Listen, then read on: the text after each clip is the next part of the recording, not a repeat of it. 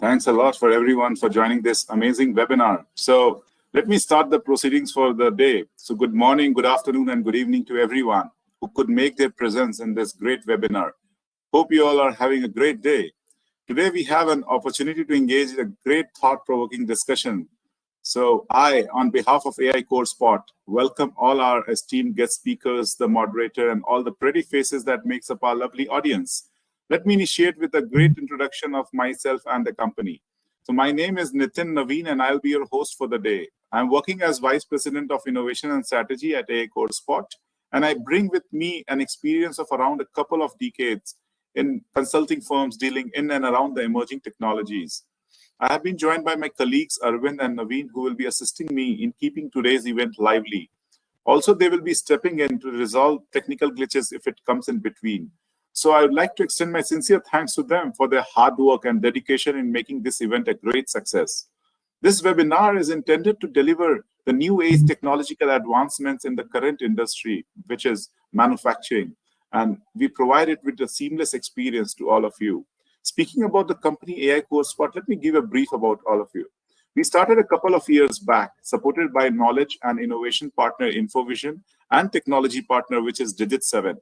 AI Core Spot aims to function as a comprehensive knowledge hub, offering valuable information and perspectives on a wide range of cutting technologies around Industry 4.0, which includes artificial intelligence, machine learning, robotics, IoT, 5G, drone, edge AI, digital twin, AR, VR, cloud, and so on, with the objective of offering an in-depth exploration of all the sectors that involve technology.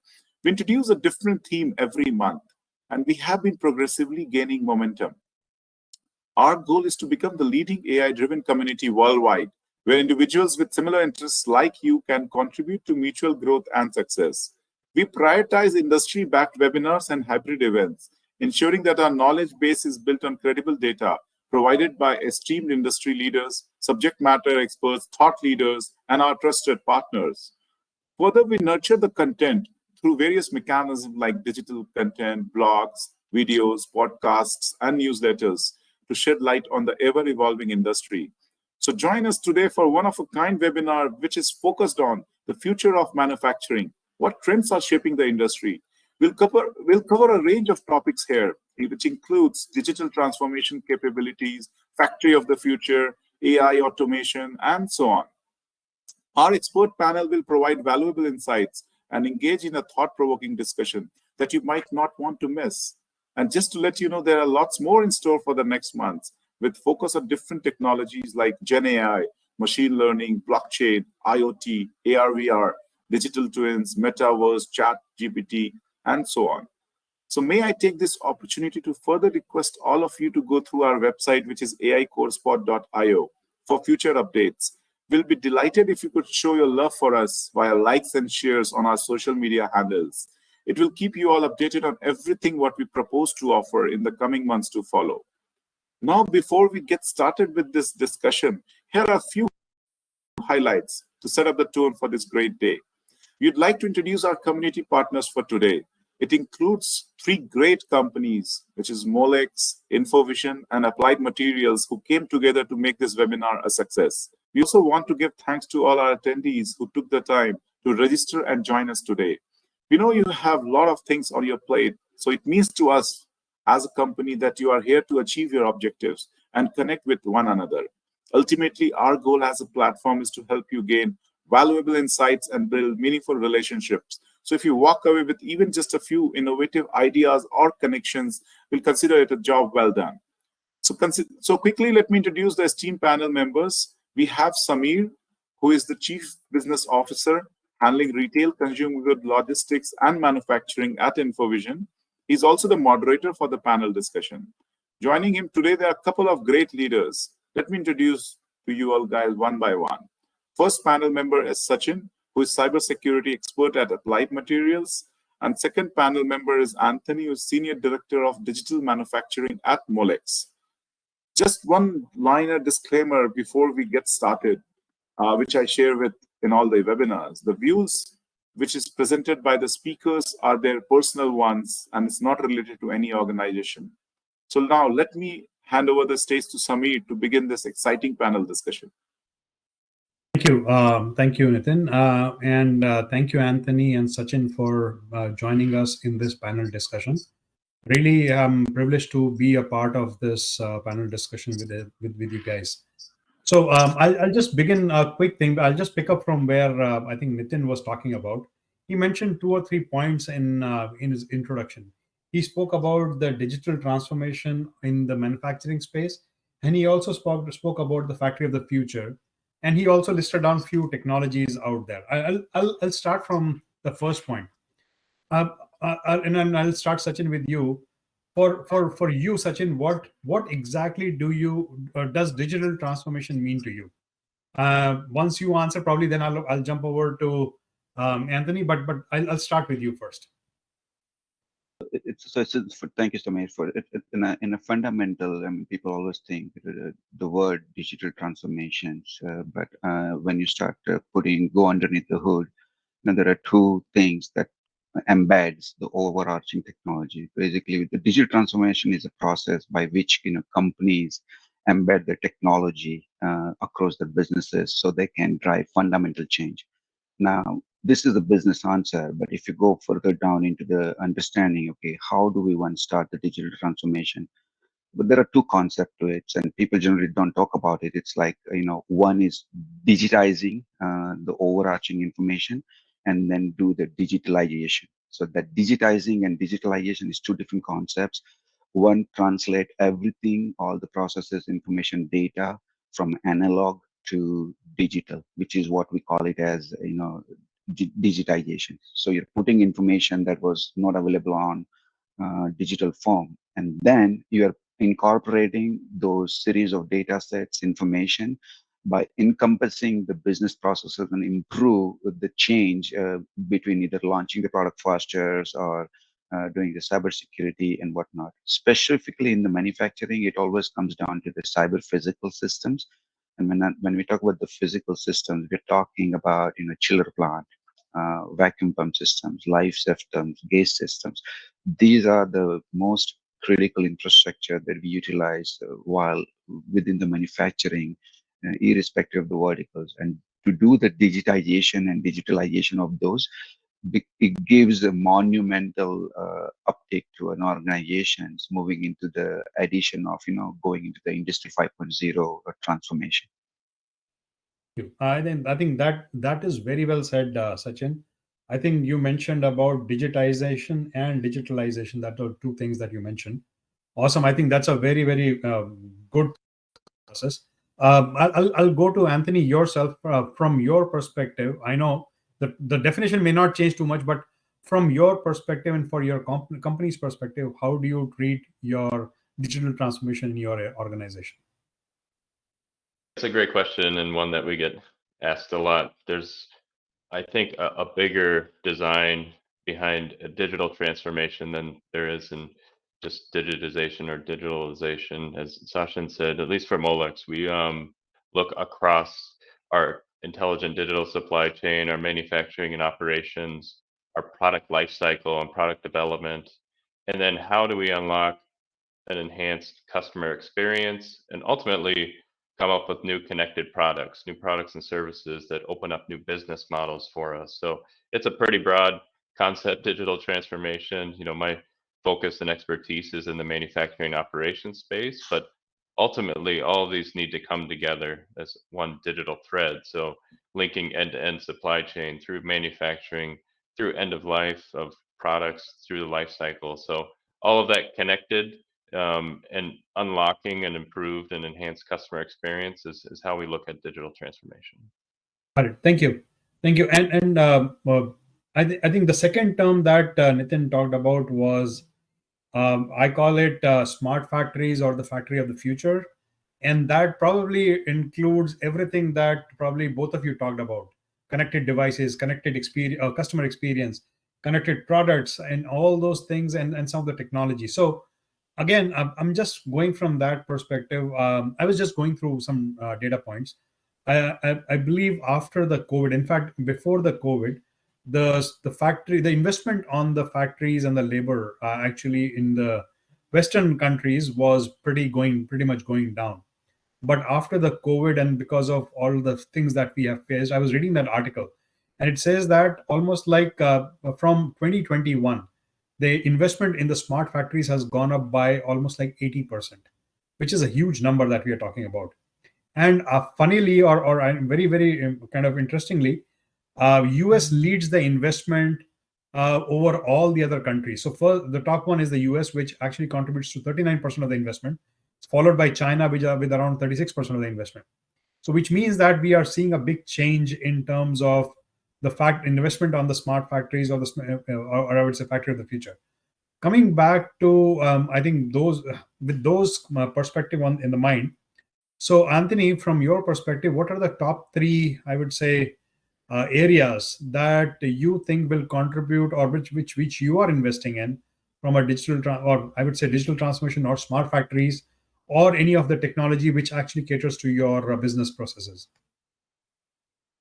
Thanks. So yeah, we have a pretty large transformation underway across the majority of our manufacturing sites. We have 65 plants globally, and we're all over the world. So the recipe for transformation for us is enabling a new operating system, how we run the business, how we problem solve and improve, and then ultimately how we transform. And so we've got two sets of capabilities as part of that transformation journey. One is around foundation and getting a good baseline in place that's consistent, that will allow us to scale innovation. And that's been a big part of our journey, is just upskilling and level setting all of the operations to the same degree of maturity. Once we've established that, and we have done so in many of our sites globally, we then look at some what we call advantaged capabilities. And the three that really stand out for me are advanced analytics. You know, we've been at an advanced analytics journey since probably 2018, and Mhm. we now are at the point where we're getting into predictive and ultimately prognostic or self-healing capability in our core business processes. We try to focus where there are scalable opportunities, not just a broad stroke, but where we have competitive advantages, can we enhance those? Or where we have a disadvantage, can we leapfrog and build a competitive advantage using advanced analytics? So getting to machine learning, AI, uh, application of new tools and a tech stack to unlock that is really our journey.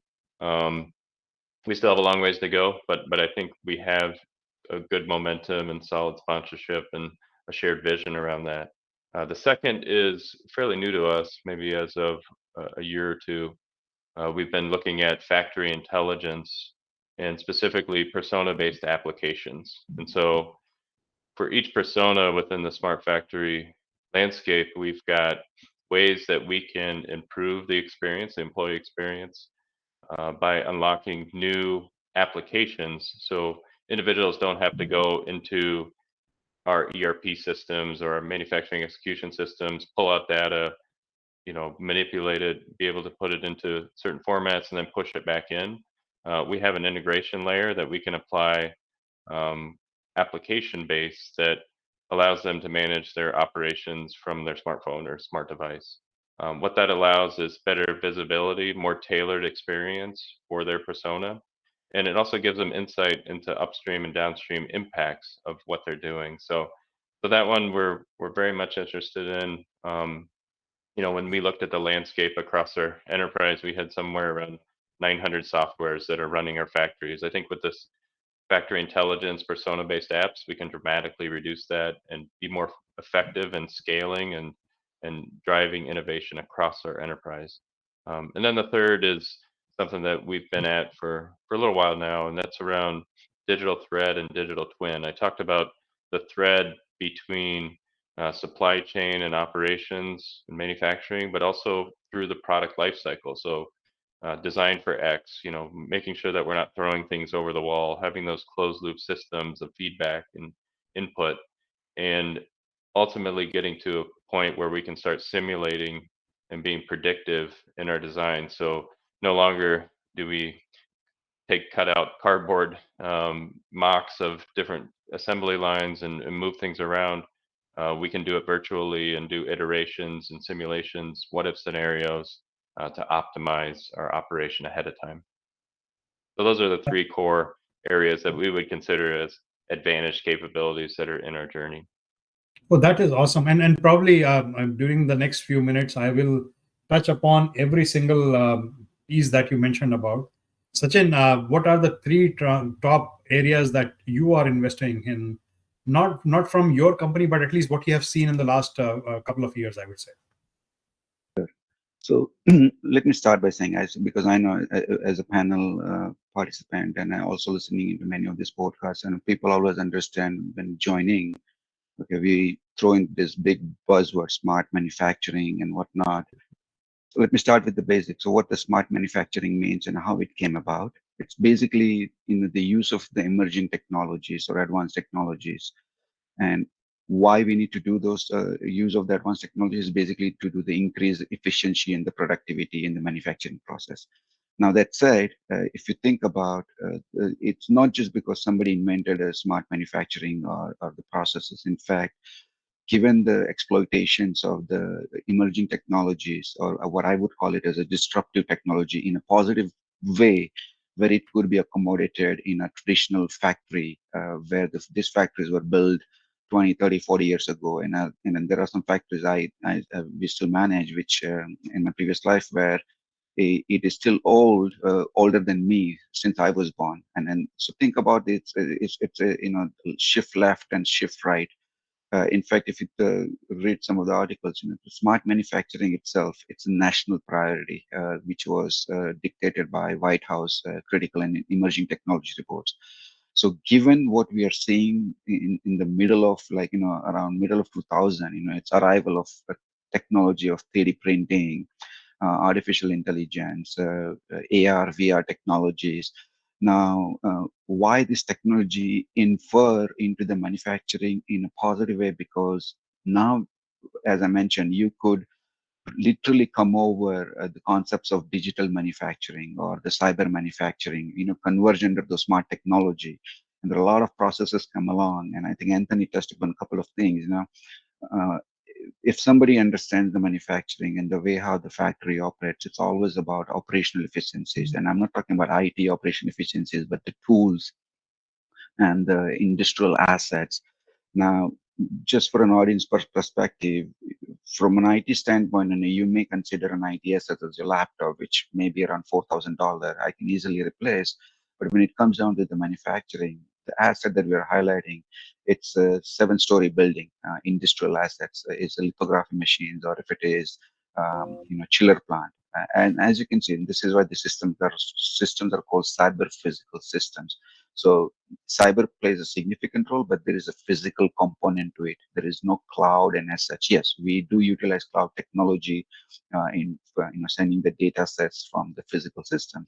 So manageability of the manufacturing equipment, which can also go from last 20, 30 years, incorporating the new technologies of AR and artificial intelligence and AR, VR videos, 3D printing and digital twin is a monumental shift that most of the industry experts is experiencing, and they don't want to left behind.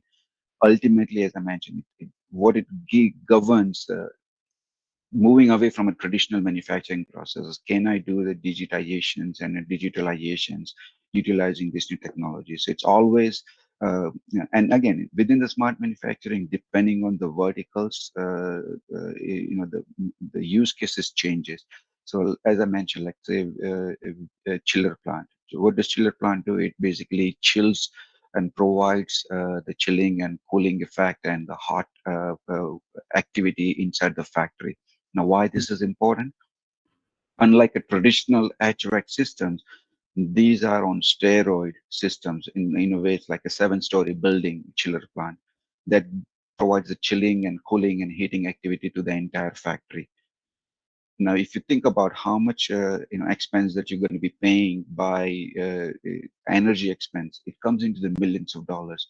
Now, through smart technology or smart manufacturing, can I change the state of the chiller plant to accommodate, let's say, weather data come out from the weather, automated, and I can change the state of the heating and ventilations on the program logic controls by doing some predictive analysis and going beyond automated predictive correction with the cybersecurity concern.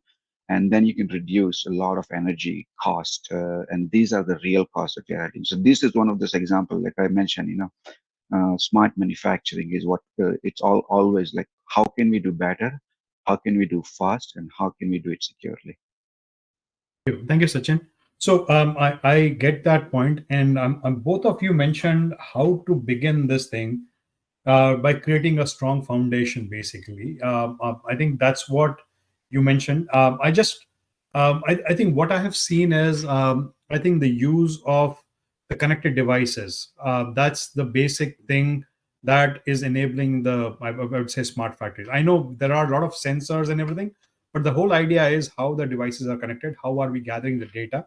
How are we using the data for the predictive and the preventive? I call it productive maintenance kind of stuff. And how do we use some of the data for simulations, modeling? I think those are few things that I'm saying. So again, coming back to basic foundation, and rest everything can be built on top of that. So I have heard a lot about the edge architecture or the 5G that is kind of being enabled in the factories out there. I think how are you working, Anthony, in enabling the foundation of the, let's say, the smart factories or kind of digital transformation in your organization or in what you have seen in the past? So foundation is key for us, and we've spent quite a bit of an investment in our largest manufacturing plants, primarily in Southeast Asia, but all over the world. And it's consistent of how do I connect assets, new sensors, new technologies to give us a greater level of granularity, go beyond just the uptime, downtime, good piece, bad piece. How are we performing to get a sense for the inputs and outputs that are really affecting your operation and driving those losses. We first start there, and so establishing a way to connect and communicate that information, and then contextualize it with another strong foundation of platform systems. Think of ERP, MES, EQMS systems. We want to have some consistency across our sites and those platforms because it's got to scale our insights in a manner that we can have enough data, enough metadata that's clean, complete, accurate, and timely that we can apply the intelligence on top of. So we look at core platforms, we look at connectivity, and then as part of that foundation, we also create an integration layer. So there's no more point-to-point connectivity. We're flowing that information into what I term as our data river.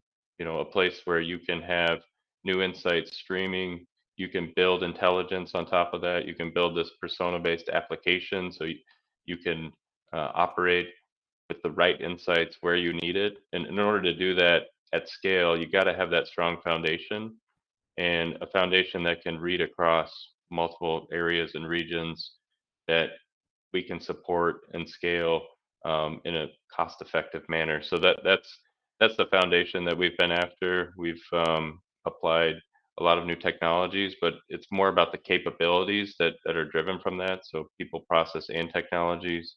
How do planners operate? How do quality professionals operate? How do the shop floor operations run, from the people working in the line all the way up to the site leader? And so all of that is consistent and standardized. We benchmarked a lot of companies. There's a company that stood out to me. It's Lego, and they said all of our sites are the exact same. The only thing that's different is what you'll find in our canteens and the weather outside. Everything else is consistent. And so we try to look at that. We're not that mature, but those are the types of mental models that we're trying to drive in this foundational layer. Because once you have that consistent and standardized and designed in a consumable way, you can then apply what's next, the AI, the advanced analytics, the factory intelligence that I described.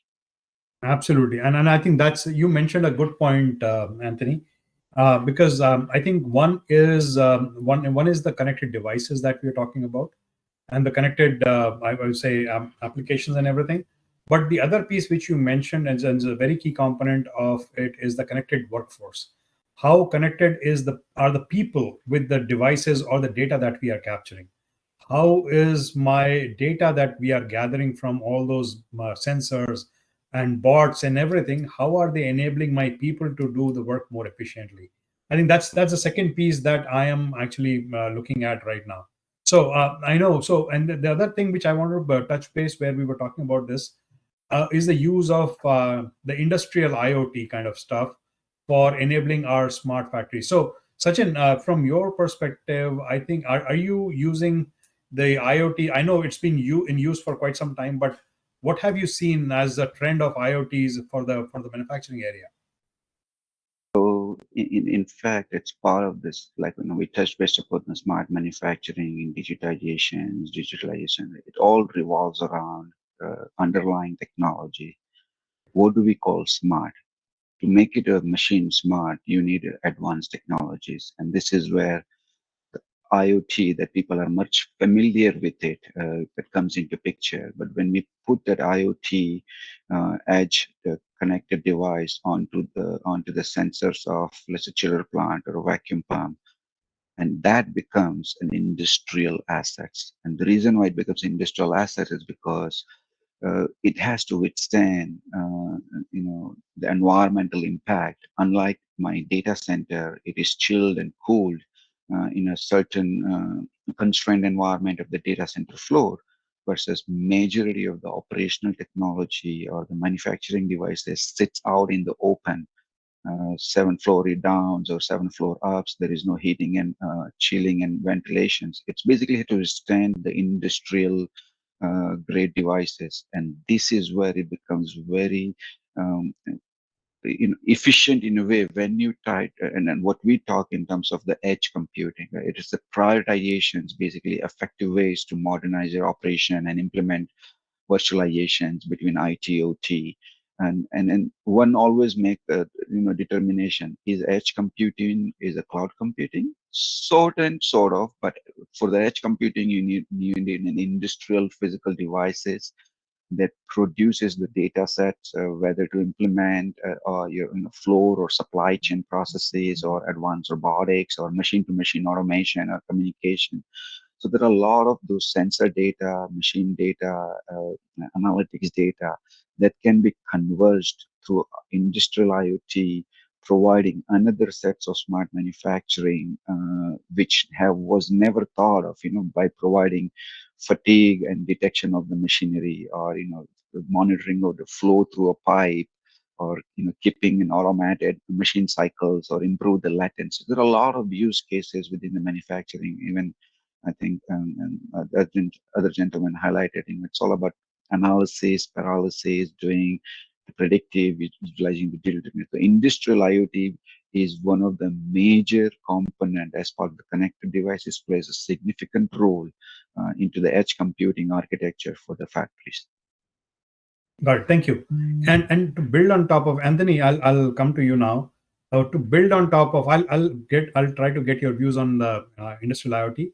Plus, I think you mentioned another point when you introduced the smart manufacturing was advanced analytics that sits on the data analytics part, and predictive and self-healing part of it. So these were the three things that you mentioned in terms of, and I would like to kind of come to you and talk. How are you connecting the IoT, the data that you're getting from all those connected devices, the data analytics, the advanced analytics, and the predictive and self-healing? Can you talk a little bit more about that area, please? Yeah, so this is a journey that we've been at, like I said, for about 3 years now, a little over. And we learned early on that it's not about the technology, it's about the capability of our Molex operating system applying advanced analytics. And so when we look at the investment that we've done thus far, we try to focus on those core business processes, things that repeat across our factories, things that if you're able to improve cost of poor quality by 30%, it's a big impact to the organization. And so we focused in on those and we build these pod teams. The pod teams are made up of operations and technology experts, folks that understand the business, have the business acumen, but also the technology acumen, and they can work hand in hand to build what we call our advanced analytics strategy. And it's made up of, I would say, 4 different parts. One is we need to collect information from assets, from performance data, and from sensors and ancillary equipment. So all of that information is either dark right now, or it needs to be built in a way that's contextualized and that can come together. That's really what we call our IIoT tech stack development. And so we spend quite a bit of time just gathering information. It's probably the biggest lift that we have, and in an architecture manner that can scale. We've got thousands of assets that we need to deploy this at. It's not about just doing it on one proof of concept. We would look at it from a proof of value that can scale, something that we can repeat. And so that's the first component. So how do you get that asset information, contextualize it with performance data, with sensors, with ancillary equipment, inputs, outputs? And then we look at how do you target a advanced model for different personas, whether it be process engineering or manufacturing engineering. We had a long-standing global Lean Six Sigma program, so we try to unlock new insights for our black belts and master black belts. Those personas are going to get more historic information, some streaming information for SPC monitoring and troubleshooting. But that's kind of the step one. And you see a step change in performance when you're able to unlock that.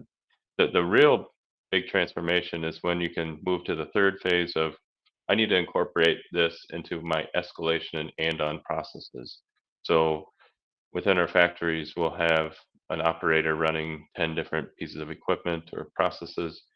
And so we need to embed and make the signals ubiquitous to their daily management, their operation. And so we use smart devices, we have dashboards and visualization tools and on signals, and it gives them a forewarning that something is going to happen. So they have a lot of signals of reactive, uh, you know, plant down or issue has arisen, and we then layer on top of that more predictive analytics. So what's going to happen, and give them some confidence interval to say, this is going to happen, this is how confident we are, and ideally this is how to solve for it, or a closed loop system that can solve for it in a more automated fashion. The fourth piece is our daily management process. So that's, how does that information get folded into our Gemba walks and our daily management huddles and the escalation up through the factory? How does it tie to KPIs and metrics that we're driving in financials and the performance of our operation? So all that coming together is what we design as part of this advanced analytics journey. And if you exclude elements of it, you're not really capitalizing on that true transformation. So yeah, it's about connecting assets, but it's about applying it into our operating system so that we can unlock the value from that. Thank you. Thank you. And you have been mentioning something about persona based application that you mentioned. I think I have been hearing about persona mostly from a customer experience standpoint, customer journey or customer experience journey, and all those things. This is very rarely I hear a persona based application from manufacturing. Again, pardon my naivety on that one, but if you can kind of double click a little bit more about the personas that you're talking from an application standpoint, I think that would be an awesome for our audience as well, please. Yeah, absolutely. So this has been invested in over the past couple of years, and what we look at is there's the customer experience and customer journey that we're trying to enhance and improve, and there's a team of people that are actively engaged and partnered with our operations and supply chain leaders. But we also want to unlock the employee experience. So the folks in our factories that are having to pull information out of various systems, manipulate it, use Excel.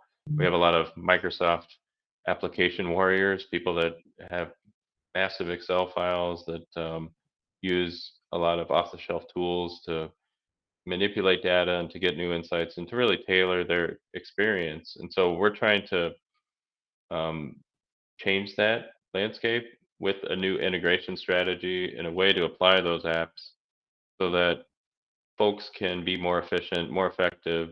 Think of material handlers having to take information from SAP or ERP systems and other tools and try triangulate it with other tools. There's a lot of waste in that, a lot of transactional waste that drives up our indirect labor spends. And so we try to take a persona like a material handler and unlock new insights, give them Right. applications that'll make them more effective, more efficient, and really allow them to see their impact and the metrics that they should be driving, and give them some type of reward and recognition once they're able to achieve a certain state of performance. All that can be unlocked through that Wow. persona-based app capability. That's one of maybe 12 different personas that we're looking at. Thank you. I think that helps a lot. Thank you very much, Mhm. Anthony. And I think I will also jump on to one more topic, which is related to the IIoT or the connected devices. And I think Sachin, you and Anthony both mentioned about that, was about the digital twins.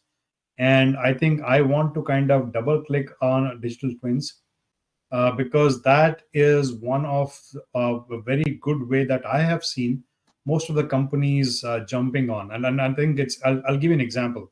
I was talking to a CIO, a group CIO, in fact, for an oil and gas company or a $200 billion company. And the point that they were making was they dig oil wells at different location, maybe in Black Sea somewhere in Norway, maybe in Alaska somewhere, maybe in Texas, all three different terrains, and it's very difficult for them to kind of maintain and do preventive maintenance and see what is working, what is not working correctly. So what they did was they created a digital twin for all the three kind of setups for all their oil rigs, and they are monitoring that instead of having a person sitting or going there in the middle of Black Sea. They have digital twin and they are maintaining that kind of stuff. So I'm just saying from that complex example, and the companies I know the companies who does that kind of work is Halliburton kind of stuff. So there are companies who do that kind of work, to a very simple digital twin for a company like a telecom company, right? Who have their antennas on top of a tower, and you don't want a person to climb up the tower and figure out what is working and what is not working. They created a digital twin. So for as simple as that to as complex as an oil rig, I think what I want to understand is how have you seen the digital twin work in your environments actually? I'll start with you, Anthony, and then I'll go to Sachin.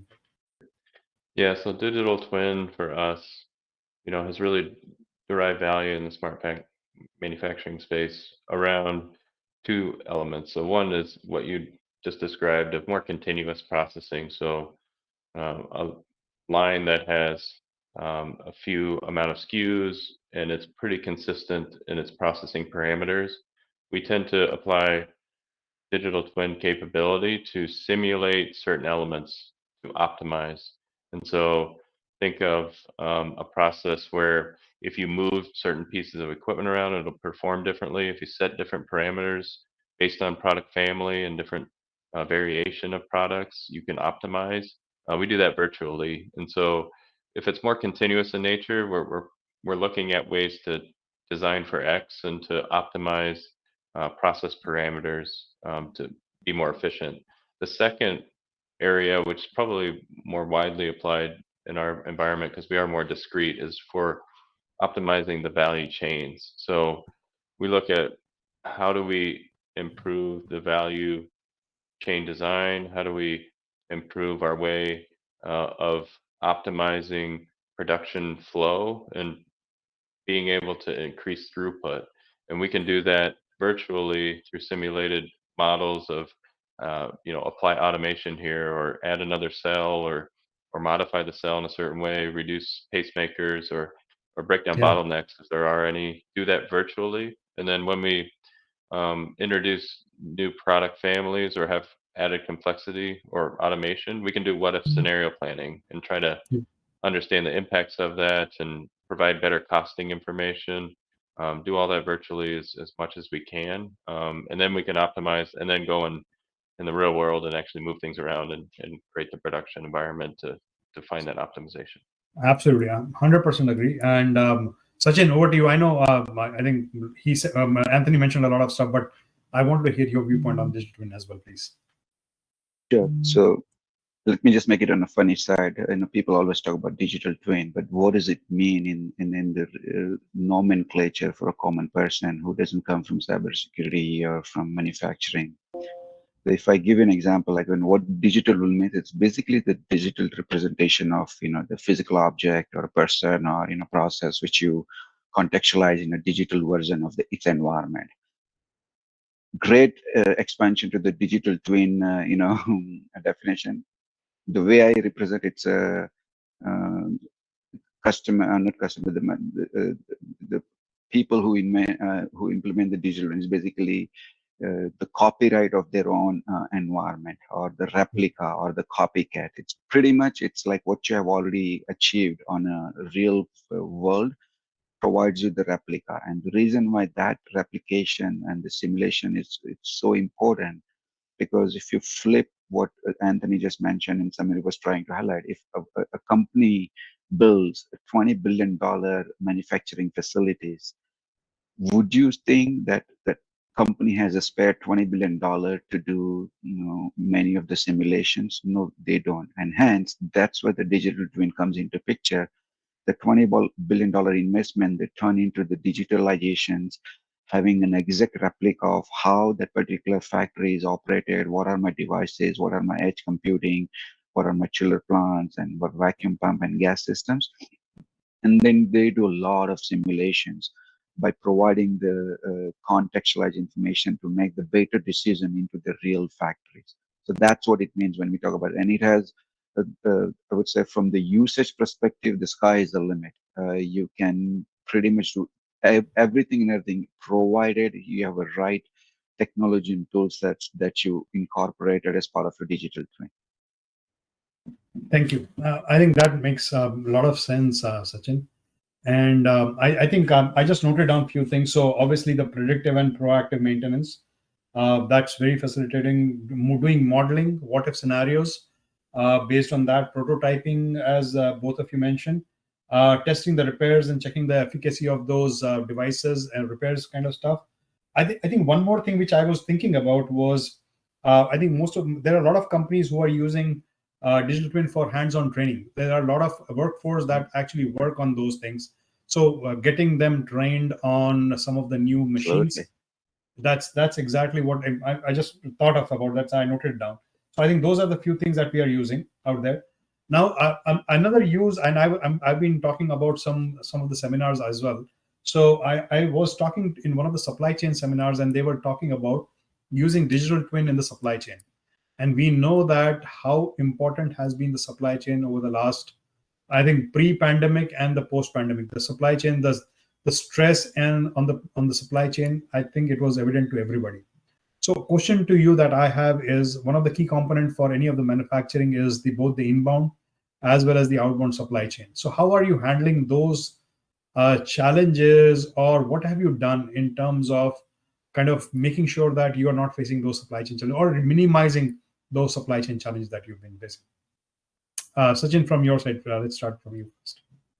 Sure. So supply chain is a very critical subject in terms of, it's all about one company makes a product, but if the company is global, you source many of your components to build a product in your factory.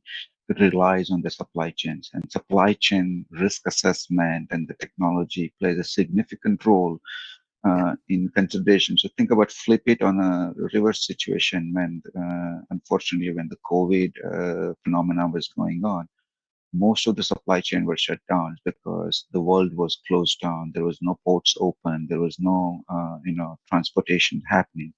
Now, yet we still have to, one company still has to run their business. And that's when people realize the value of maintaining the critical supply chain, assets, as well as, sourcing of the equipments or the materials to build the product line.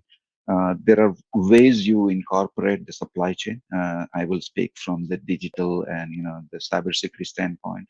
Making sure you have the preferred supplier portal, doing the business, doing a supplier preferred risk assessment and whatnot. But there is a lot that goes into the supply chain manageability. It's not just a cyber portion, but the managing of the supplier and the relation and the contract, non-disclosure agreement, depending on the industry that one person is working on, because the intellectual property is the significant phenomena to have, making the data secure and transition and transform.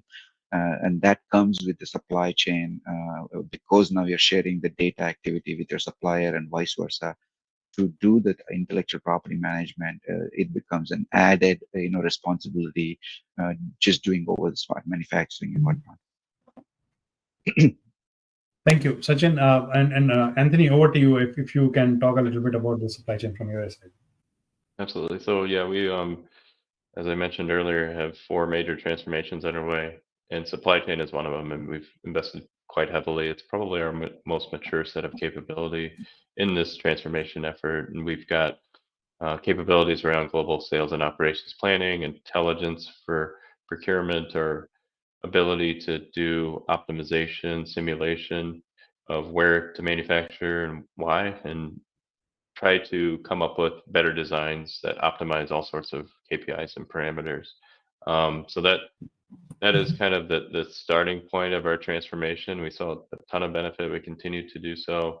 We're not fully complete. We still have a lot of ways to improve and to move forward. There's in the electronics industry, obviously, if you've read the news, a lot of inventory and challenges with supply chain and material shortages. So we're constantly trying to innovate and come up with ways to become more flexible and agile, and to improve the entire end-to-end view of our supply chain. So we've got some really great thought leadership in that space, and I would say state-of-the-art capabilities that create a competitive advantage. It's how quick can we apply those, and how quick can we scale that up and react, and ultimately get more predictive in our way of optimizing those supply chains. That's kind of our next step, is how do you start connecting everything together through, the logistics and into the factories and all the way back through suppliers, and be able to optimize that entire value chain. That's ways that we can be more competitive and really reduce dramatically our burden and our overall costs. So Absolutely. I think when we were talking about this, I was reading the questions from this one, and we spoke a little bit about the technology, but I think I'll read some of the questions actually. Andrew Thomas, actually, he asked a question: how does AI specifically contribute to the identification of defects, improvement of product quality, and ultimately lead to increased profits for manufacturers within the manufacturing industry? That's one question from Andrew. Um, Anthony, you want to take it first on this one, please? sure. Yeah, so artificial intelligence is a pretty broad concept. We apply within artificial intelligence, machine learning. We have Gen AI capabilities, which is a new hot topic, and then general AI application to move to predictive or prescriptive. And when I look at those applications, it's really trying to do 3 things for us. One is identification of new opportunities. So think of all the metadata that you have in your organization. We've established a strong foundation across our enterprise that's unlocking a wealth of data that needs to be translated into insight, into opportunities that we can then prioritize. And AI can help us through that. So it can give us a sense for, here's your biggest challenges in the different facilities or through the supply chain, and here's where we have some recommendations for improvement. So first is identify and give us some insights that you can't get from an Excel file. You can't get from just reviewing information in various systems. It's got to all come together through some sort of data lake and then applied AI. The second is moving to predictive and prescriptive. So right now, we have SPC charts, for instance, on a lot of our processes. How do you get to predictive prescriptive, building intelligence and algorithms that say this is going to happen and this is the likelihood of that, and ultimately what to do about it. So it can give you some sense for the prescriptive nature of, these things have been solved in this manner. Here's the likelihood of it being a similar situation and how to solve for it. So we're able to apply that again on our core business processes. And then the third, and specific around Gen AI, I see there's another question around Gen AI, is Exactly. That's what I'm around that. saying. It's around that experience. So think of developers' experience, where right now there's no code, low code, and pro code. We do a lot of pro code still, and so there's a lot of developers that spend hours building code. Those folks we leverage in our global technical center out of India, and sometimes we see a lot of turnover, and so you have to start over. And so we're trying to get to more low code or ultimately no code, and that's using Gen AI. So ask questions instead of build code. And then you can apply that same Gen AI engine into your environments to ask questions of tell me where this is at or tell me how to optimize so and so. That that is kind of the revolution that Gen AI brings to our organization, and we're just at the cusp of that. We're just starting. Thank you. Sachin, any other views from your side on both the Gen AI and the AI capabilities? Or Sure. I mean, I think so. This is where, in the cyber world, I love the concepts. People talk about predictive maintenance, and then we talk about digital twin, and then now we're talking about artificial intelligence and Gen AI. But under the hood, I think what Anthony we already we already talked about in the manufacturing. Okay, what are the AI gen or AI use cases, which ranges from multiplication use cases depending on if you want to do predictive analysis, warehouse management or factory automations, or you can do development of the new products and performance optimizations. But let's just stick to the predictive analysis and prescriptive maintenance and automated command and control.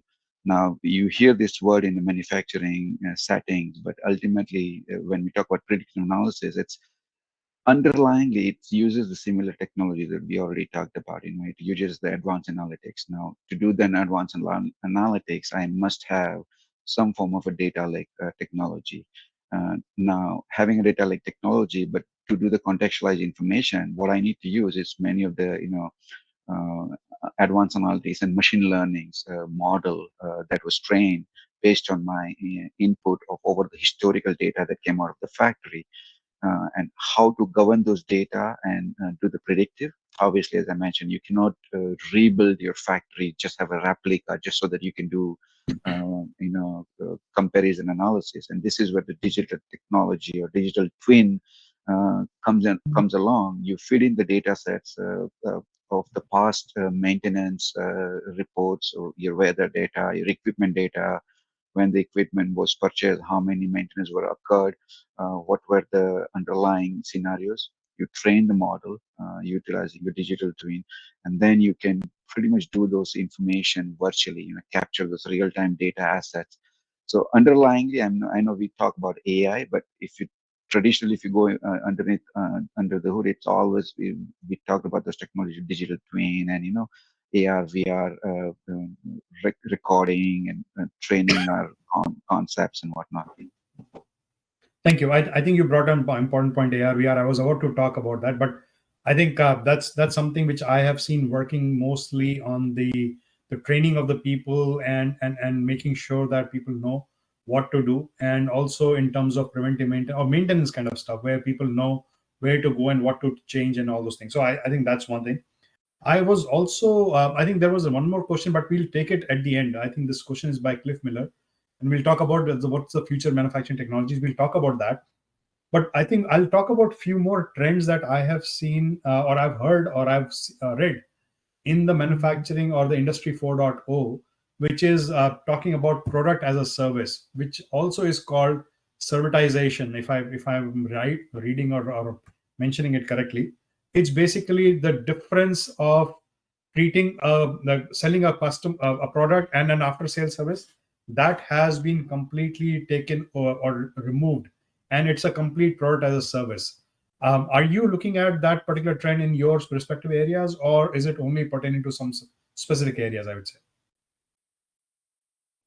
I can maybe start. I think for us, connected products and new software and services is of high interest, but in many cases we're behind the curve. Companies have been working at that for quite a while, so we have products in almost everything. You think of Molex, we make electronic solutions, 150,000 SKUs. They say you can't be 5 feet away from one of our devices. We're in everything, and so if you could somehow unlock intelligence and provide analytics and insights and monetize that as a new business model and service offering, there's value there. But in many cases, we find there's not enough value, or we're too late to the industry. There are areas that we do focus on, and we feel like there's bets that we want to go after. But I think other industries are, you think of jet engines or heavy machinery, that they're really capitalizing on that. That's a game changer for those. Got it. Thank you. And also, I think since you mentioned a little bit about the manufacturing and from part of supply chain, I also came across a concept of reshoring. I think there has been a lot of investment in apart from the setting up the manufacturing facilities in US or around US or near shoring. There are a lot of focus. I think there is. I was reading through it. There are 46% more jobs that were created back home as compared to 21-22. I think which is a big number that we are talking about. So have you seen something on that side, on the near shoring, or the, I would say, reshoring that we have talked about? I mean, I can speak in generalities. I've seen some of those industrial trends. For instance, there was a recent article came out that Mexico is now producing more than China for certain manufacturing industries. So there is an effort. I think COVID accelerated that, and I Yeah. think the risks associated with some countries warrant customers to reevaluate their supply chains and have more diverse locations, closer operations to their facilities. And so I think it's kind of a customer driven, OEM driven Yeah. mandate that goes through this whole supply chain. And you see that in the data and the information that you just Also, I believe it also depends on the changing pattern that there are some manufacturing industry that are showing. They're moving from B2B, from a B2B Mhm. scenario, they're moving from a B2C, or direct to the consumer, I would say, D2C, Yep, I we would see say. a lot of that too. And I think that has also made a lot of at least put a lot of pressure on predictability of the supply chain, or predictability of delivery that we are talking about, and that actually becomes the near shoring, or I would say the looking at a different strategy on the shoring side of that is very important out there. Now, one 100%. thing which I wanted to talk about is I think Chris Miller. I'll take up Chris Miller's question, and I'll jump on to a question that is very, very relevant to Sachin as well. So, Chris has noted a question. What specific advancement in smart manufacturing technologies do you foresee playing a pivotal role in revolutionizing the manufacturing industry in the next decade? Now, this is futuristic. I know we have talked about some of the existing part and how to leverage these advancements and stay at the forefront of innovation in the manufacturing domain. So it's a two question.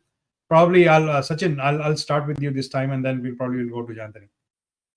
Right. So it's like as a manufacturing, it's just such a magnanimous space. Using any of the generative AI or AI technology, or what I would call it, a disruptive technology in a positive manner. Basically, the outcome that we are trying to look, can I have an identification of my component failures or predict potential issues with the new designs? So like when one spends billions of dollars in research and development, coming up with a new technology, especially in the semiconductor industry, it's not like, you get it done in 3 months or 6 months. It takes a series of years of experience developing a technology in semiconductor. Now, if I would be able to do this predictive, defects into the semiconductor and electron, I would save a lot of analytics and monies for a company that we would have not done during our qualitative, representation.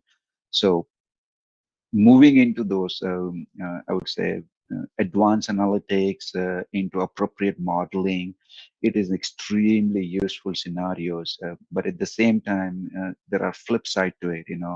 There are what if a generative AI can be used in a notion that, hey, I'm trying to predict where I can reduce my defect rates, or where I can improve my productionization. And similarly, same technology can be reverse and utilized. Show me how I can do the defection into this technology, which is already said it's controlled and secure. So there are a lot of things that we have to control in a way, especially manageability of those, exploited technology for a greater good, like designing the software, the new product developments and whatnot. But in the manufacturing, it plays a significant role, for an overall end-to-end deliverables of the products. Thank you. Anthony, over to you, please, for the same discussion topic. Yeah, it's a good question. I don't have a crystal ball to look 10 years from now. I try to focus, on what we're after and where we're headed, knowing that we're getting to a higher state of maturity. But I've been to maybe a dozen smart factories across the world, and two that stood out to me that are kind of pushing the envelope on what manufacturing in the future looks like. Or Siemens has a factory, as well as a company called Trump. And what you find there is a lot of automation and simulation and capability to optimize, but then the ability to switch over and to get to more one-piece flow manufacturing, highly customized, high volume activity that is built specific for end user in mind. It might be one customer, but they might have 1,000 iterations of it. And they're able to do that through a lot of intelligence and automation. And those factories are run by a few people, and it's not lights out, but it's near lights out. And they're able to manage through a control tower all the operations. It's all intelligently designed so that the machines know where to go next and how to Right. operate in an efficient manner. And then there's layers of customer experience built on top, where if I'm a customer, I can see my order and where it's at in the factory and where there are challenges. I can see my new design through the life cycle. Think of like the Amazon experience. So I've seen a handful of that. I think that's where we're headed, but it may be 10 years, it may be 20 years, not sure. And along that Sure. journey, I'm sure there'll be lots of new innovations that'll disrupt that as well. I agree 100%. And I'll add, Cliff, if you are there and listening, I will add one more thing. I think Anthony made an example of Siemens. I think Siemens is a great example, but I'll tell you what Siemens is also doing, and which has to be a trend for the future. I know we have just started touching or scraping the surface, but how does an AI and people work together is something that we need to kind of excel in right now. So right now we are just gathering the data, we are scraping the surface, but I think there is a lot to be done. And Siemens actually are using generative AI in their plans to drive innovation. They're driving efficiency in terms of design, in terms of engineering, manufacturing, operation life cycle management of their products out there. So they have just started doing that. And Siemens is one example that I think Anthony also mentioned out there. And also I also was reading about Rockwell, where they're integrating their robotics and AI to optimize the field services and asset management. I think they are just the beginning of what is going to come for the future. How are we going to integrate, let's say, we are talking about the cobots, robots, and like existing of the humans and the robots together. That's the cobots. We're talking about how we are going to use the technology along with the AI technology along with the human intelligence is something that is very important. Now I'll come to one or two important points. Actually, I will talk about one more thing which is very, very concerning and which is the trending is the sustainability, the carbon neutral footprint of manufacturing. That's one big thing that we're talking about. And the second thing, which I think is very close to, I'm pretty much sure with Sachin's heart, is the security. While we are talking about all the connected devices, we are talking about a lot of, I would say, devices talking to people, devices talking to each other. There is always a risk of security out there, even though they are on our private network, on an edge architecture and a 5G internal network, but there is still a lot of security, I would say, risk that come out.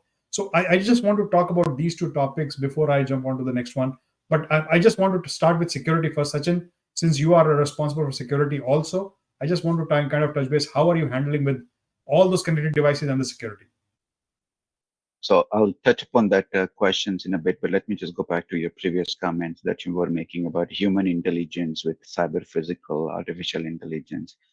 And I think the new phenomena that probably I know Anthony and pretty much many of you will probably, we always talk about it, Industry 5.0.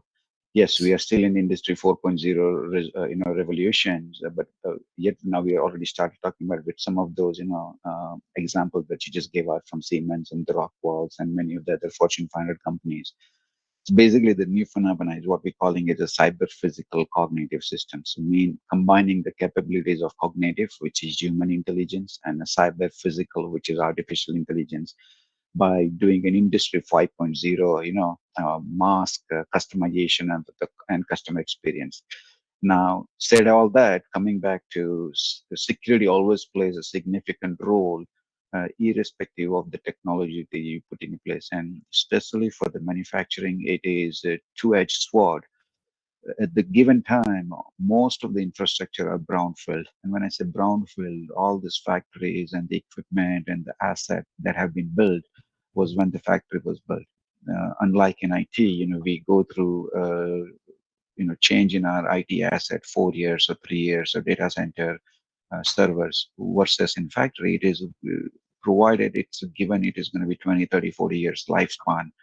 And now that we are not handling the legacy type of environment in brownfield filling, and now on top of that, we are enabling those industrial IoT technology and the digital twin, and moving data into the cloud with manufacturing execution system, and so the disruptive technology is coming along, sitting on the top of the legacy. Security plays a significant role because at the end of the day, what it represents, it's not about the technology expansions or the utilization. It's about the way I define those three risks in cybersecurity. What does factory represents? Life safety. I must be able to protect the life safety of the employee who are working on this environment, which are subject to deadly chemicals and the gas as part of the daily life. Then incursion into the environmental issues, like if somebody has a gas leak or chemical leak or a fire, which incurs into the public property. As I mentioned, this devices and information doesn't sit in your data center. It sits on a physical property which surrounds almost 4 to 5 mile radius, and it may happen that gas chemical spillage goes into the public property where you have a brand and national news issues. And then comes along, then we talk about from a cybersecurity perspective, like what IT understands, the financial loss or factory down and so on and so forth. So cybersecurity plays a significant role, but in a different setting: life safety, environmental impact, and then comes the factory loss and whatnot. Thank you, Sachin. Any thoughts from your side, Anthony? Yeah, I think for ESG, I think this has been around for a while. There's a big movement and user expectation that flows into OEMs, into supply chains. I think for us, or from my perspective, it's another way to garner resources and to make the right investments in transformation efforts. Think of the safety metric and how people now have mental models around safety first. If it's safety, you don't have to go through the same necessary justification. It's a must have. It's a cost of doing business. Well, apply that to sustainability. Apply that to how we operate in a diverse landscape and opportunities for people. That should be a given. And so just embedding that into your current ways of working, your operating systems, making sure you have metrics and drive behaviors and motivate people around that, I think it'll open up other opportunities. Whereas a lot of the transformation efforts thus far have been geared around optimization and sustainability of supply chains, not so much sustainability of the environment. So how do you add and fold that in so you can open up more coffers and get more investment that the end user will appreciate and value, and maybe put you in a competitive advantage if you achieve a certain level. So I think of it just as another set of inputs into how we transform so that we can optimize even further. And in fact, I will also add one point from my side again, based on one of my discussions. I think I'll go back to the same example of oil rigs and everything. People are using multiple technologies. I know it's all reactive, but they are still using multiple technologies. So when there's oil drilling that happens in Texas, right? People are using there's a leakage of methane sometimes happens. While there are all the checks and balances that happens, but in a vast area which spans across multiple acres, actually, if there is a leakage of methane, nobody knows about it, right? How do we capture that there is some leakage that is happening out there? Similarly, when you are in Alaska, it's a very, very inaccessible place. If there's a leakage of carbon monoxide that happens, but there's a different way of drilling, and that's where people are trying to capture all those details before it actually hits the environment. So there are a lot of things, there are a lot of I would say specific requirements that have been come up, or we have been dealing with as our company. We've been dealing in a lot of things out there for either using a kind of drone solution with some kind of sensor to figure out whether there is a leakage of any of the leakage out there, using some kind of spectrometer kind of stuff to figure out whether you can sense some of the gases out there. I think there are a lot of technologies that companies are using to kind of to have a focus on the ESG that we spoke about. And I would just sorry, go ahead, I would please. just follow up with that example. For us, when we look at improvement opportunities, your initially focus is on, hey, there's a leak there, and we need to optimize to increase productivity, increase profitability, and well, now there's also regulatory ramifications for that. So what's the regulatory limit? So we need to have something that monitors. Well, now we're at the point where we call it stewardship, where Mm. it's not just about the money and meeting a regulatory requirement. It's about what are you doing to the environment and how are you, enhancing, improving the social aspects of that. So we would even lower the thresholds further, just given, we know there's a better way. We don't need to follow a Okay.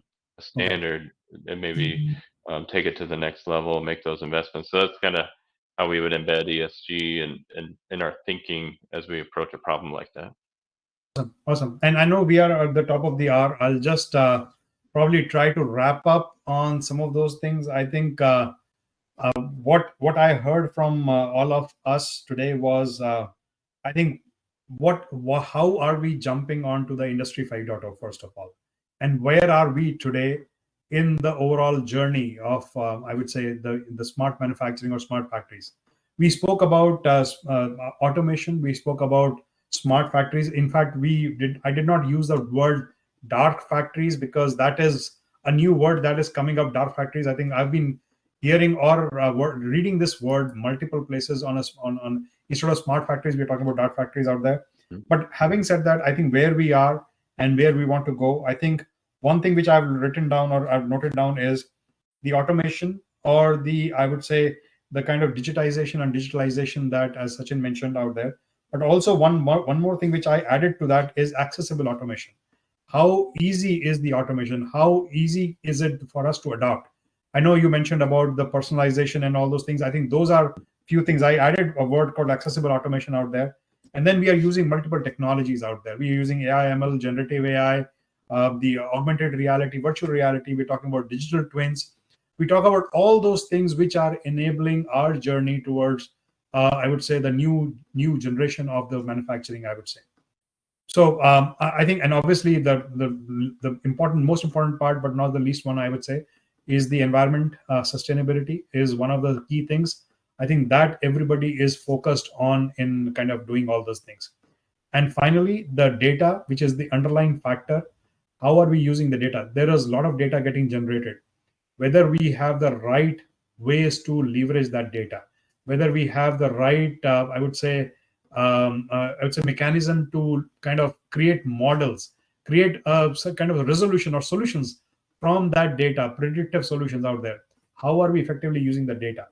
Is the important piece that we are actually trying to put in place. And we are trying to still wrap our hands around the data. Data is, I think the data problem exists for the last so many years. We are still trying to put our hands around the data because the data generation with the NLP and everything and all those things that we are gathering, I think we have changed the kind of capturing of data. So another problem to solve at another time, but I think that's where we are right now. Last few words, Anthony. Last few words, Sachin. Anything from your Yeah, side? I would say just thank you for the opportunity to speak on what's next and where we're headed, and happy to share more if somebody's interested. Feel free to follow me or find me on social media. Thank you. Thank Sachin? you. No, thank you, Samir and Naveen and Arvind. It's been great talking to you guys.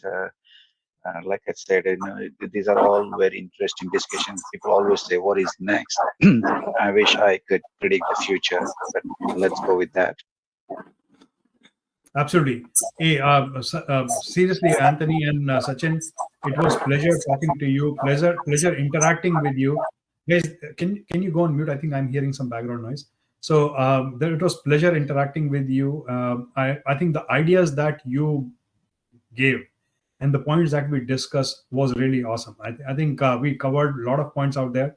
So look forward to kind of interacting with you more often. Actually, thank you very much.